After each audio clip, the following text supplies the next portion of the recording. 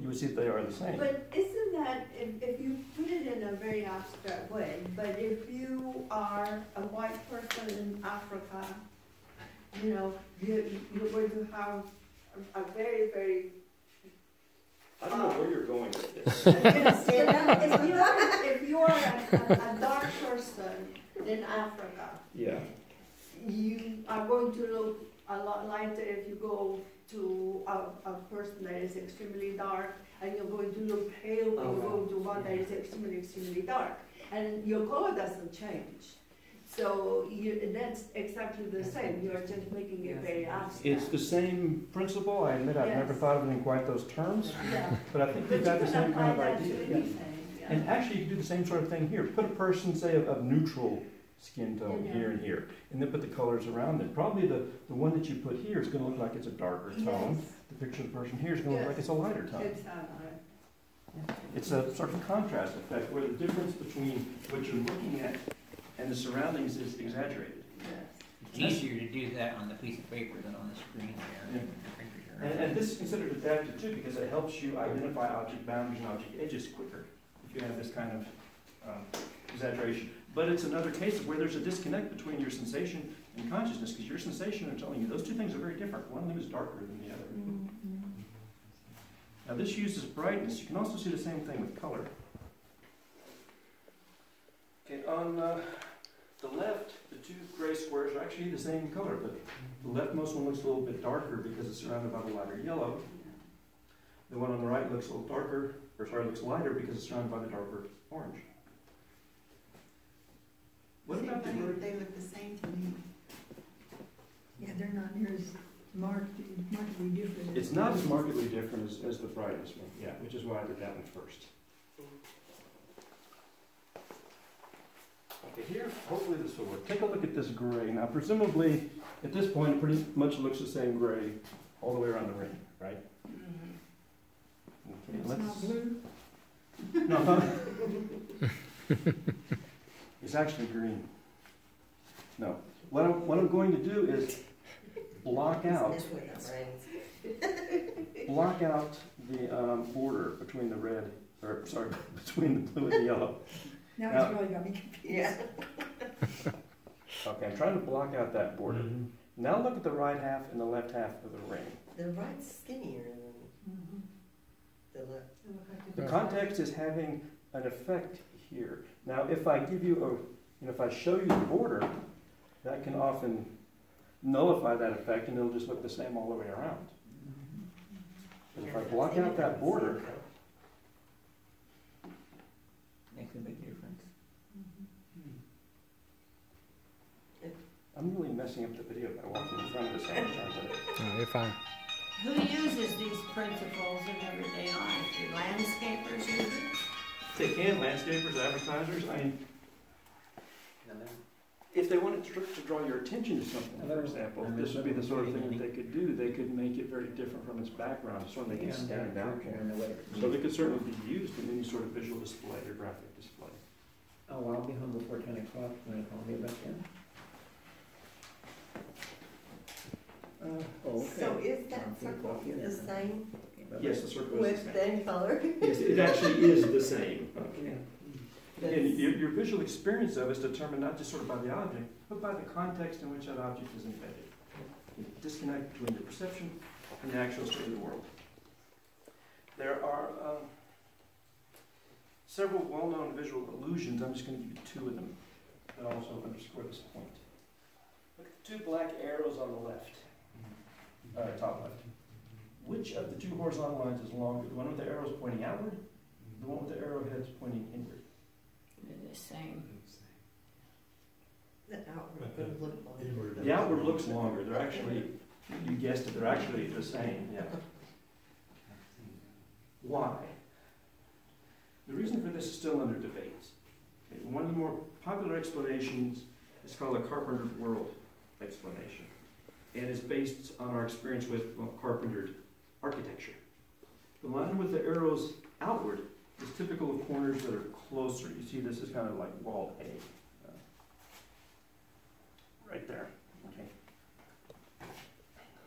Where are we now? Okay. And the line with the arrows pointing inward more similar to a corner that you might see that's further away. Again, you can see this sketched on the right side of the slide. So if you've got two things that actually take up the same amount of visual angle on your eye, the one that you think is further away is going to have to objectively be bigger. So if you think that inward is bigger, then your brain's going to say, okay, it's bigger, and that's the way it will appear in your perception. See, when I look at the solution, wall A, it looks to me like the arrows are in, but the line looks longer than it does on the line by wall B, even though its arrows are But pointed that is out. perspective. I know, but it's like it should be the opposite. Wall A should appear to be smaller than the line at wall B, and it doesn't. Not to me, anyway. Yeah, wall A is closer to you. Mhm. Actually, on this slide, okay, this line here is longer than this line. Yeah. It is. It is. Sorry, Yeah. these two are not equal.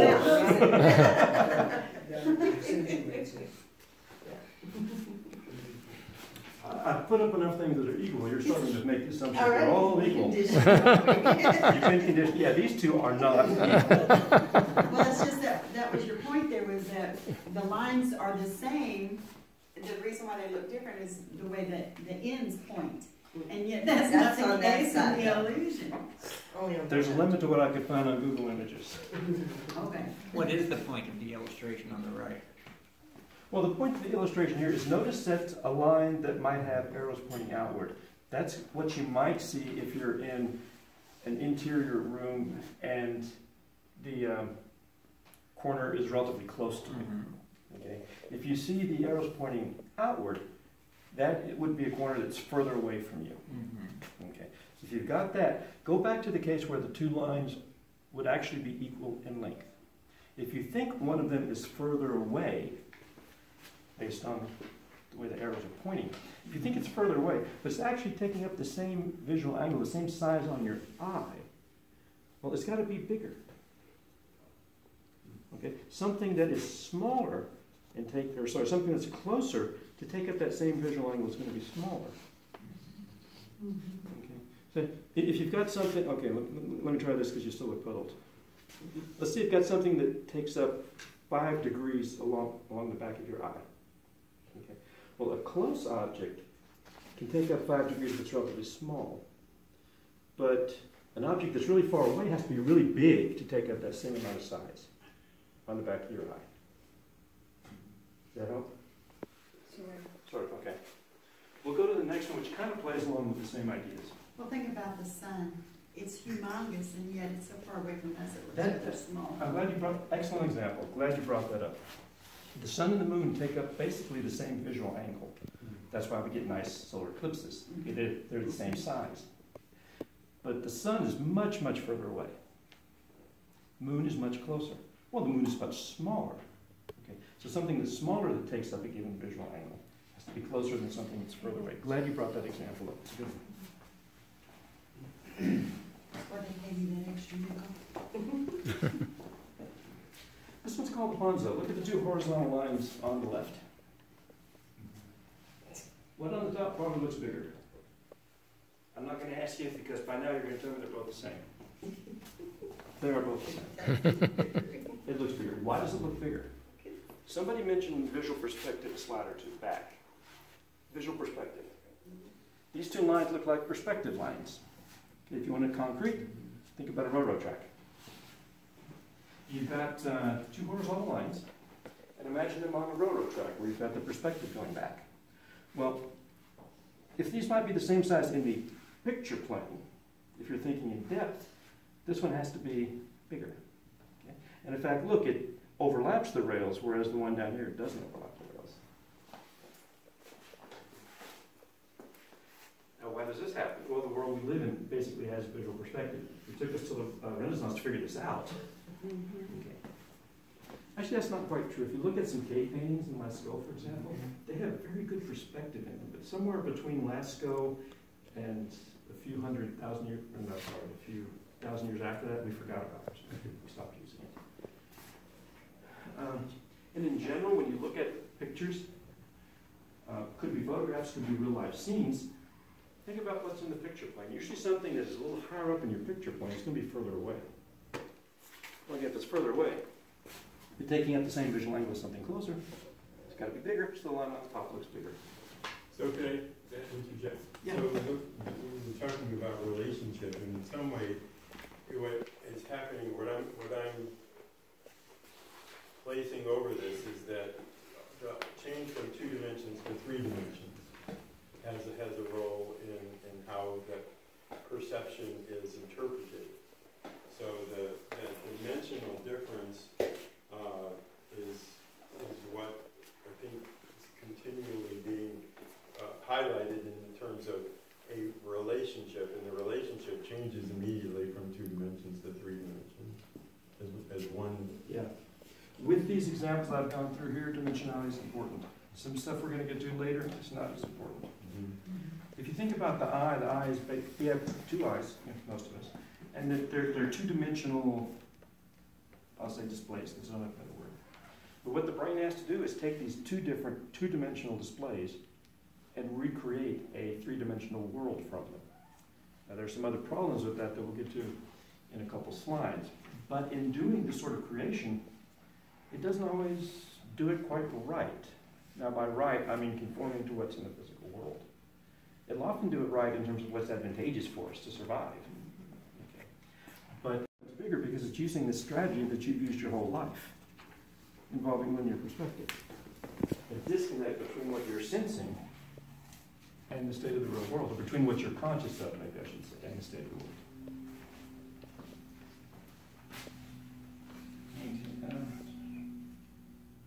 We also see these kind of biases related to actions.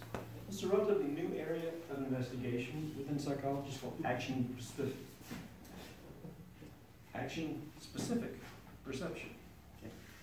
Okay. I don't necessarily have nice pictures, but I'll describe some of the typical findings. If you're fatigued or you're carrying a heavy backpack, well, when you're standing at the base of the hill, you're going to judge that hill to be steeper. And yeah, they've actually done these kind of experiments.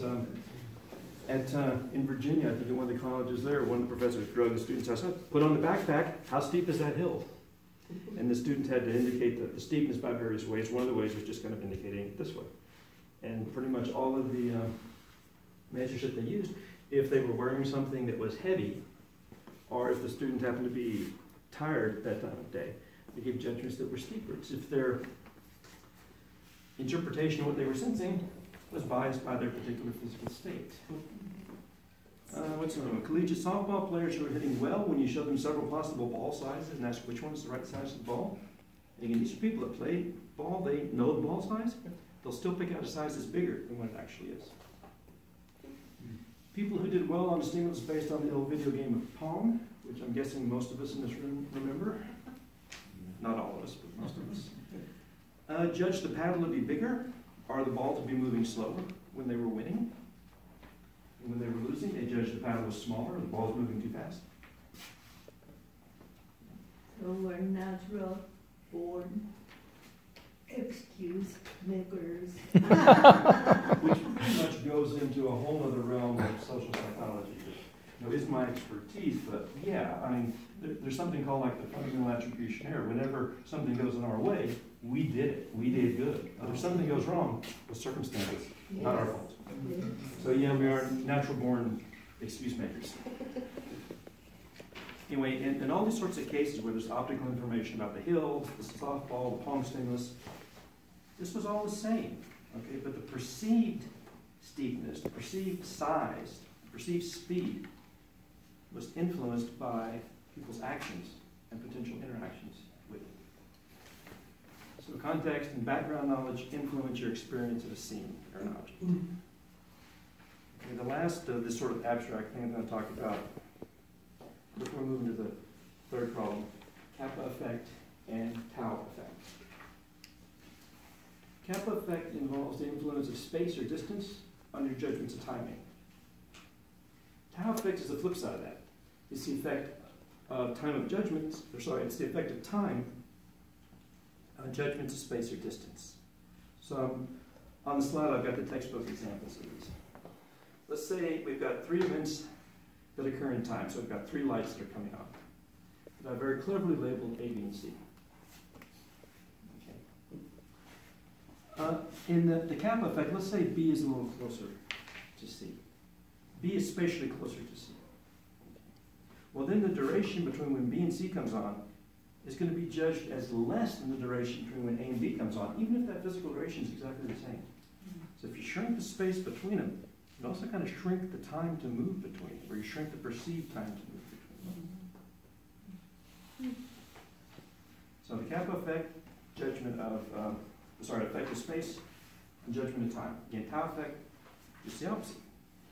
Judgment, an effect of time on judgment of space. In the example of tau effect on the slide, we've got 3 events, so let's say 3 different lights coming on, spatially equally distant from each other. But let's say it takes a greater duration of time between when A and B comes on and between when B and C comes on. Well, the distance from A to B is going to be judged to be longer. Okay. So if you've got a longer spatial distance, that's going to make you think it's a longer temporal distance or temporal duration as well. So you get effects of space on time and time on space. Einstein would love it. Okay, that's all I want to say on context, which is kind of the most abstract stuff. Now let's look at ambiguous and reversible figures. In this case, there are changes in your perception, but it's an absence of context. Okay, so I've been talking a lot about context the past few minutes. Now we're going to talk about absence of context. Everybody seen the metric cube before? You know the way this works?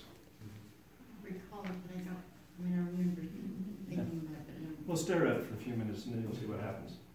Yeah. Are you looking at the bottom or are you looking at the top of it? Exactly. There are 2 different ways to interpret it. And these show you the 2 different ways. Okay. You can have, for example, kind of this face of it be closest to you, which you see here, or you could have this face be closest. So there are multiple ways to interpret this. And usually what happens is if you look at it from the wall, you'll see it one way and then it'll spontaneously flip. And then the wall later will spontaneously flip. And the longer you keep staring, the shorter that duration between spontaneous flipping gets. There's that thing that I've seen in Facebook all the time, it's these molded disposable plates, I think. And they look like they're turned upside down, but if you look at them long enough, no, they look like they're flipped right side up. That actually reminds me of a serious problem that this is related to, and yes, this is related to a serious problem. Let's say you're looking at satellite imagery, and you see some shadows. Okay. Well, are you looking actually at a hill with the light coming from one direction, or are you looking at a pit with the light coming from another direction? And when you look at the images, it can actually sort of flip back and forth. You can't see it both ways at the same time. That's correct. You can't see it both ways at the same time.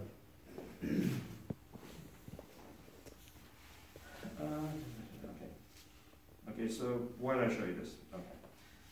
Answer is because changes in your perception when you flip from one interpretation to the other didn't correspond to any change in that figure. That figure didn't change. You did. Yeah. Or your brain, your perception changed it. Okay, all the information in the figure stayed exactly the same, but your conscious experience of the 3D shape of the object, which face was closest to you, changed. So in the absence of any changes in the object, changes in perception were due solely to what your mind was doing. So nothing is as we think it is. Pretty much. Just for amusement. Or to put it another way, everything is the way we think it is. Yeah. It's a good positive. Just for amusement, because I find some of these kind of interesting you want to look at. The top one is called Schrodinger's staircase.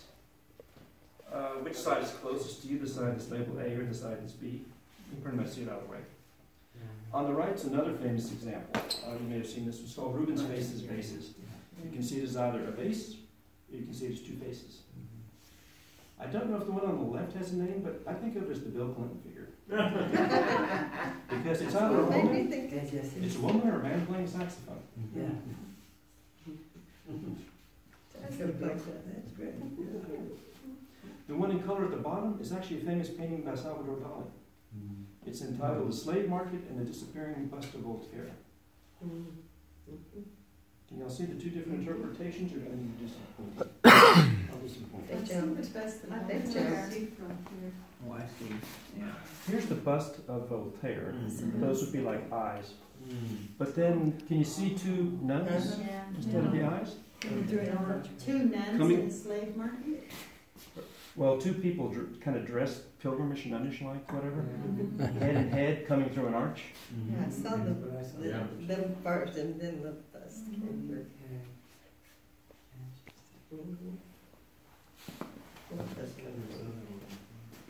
Yeah, sophomore probably has a lot of this stuff. But, can you tell That's something your about experience. the person looking and seeing one before the other? Yes. Because aesthetically, the first one, the face is much prettier than the caricature of the player. Of one is more realistic, and the other one is more like a caricature.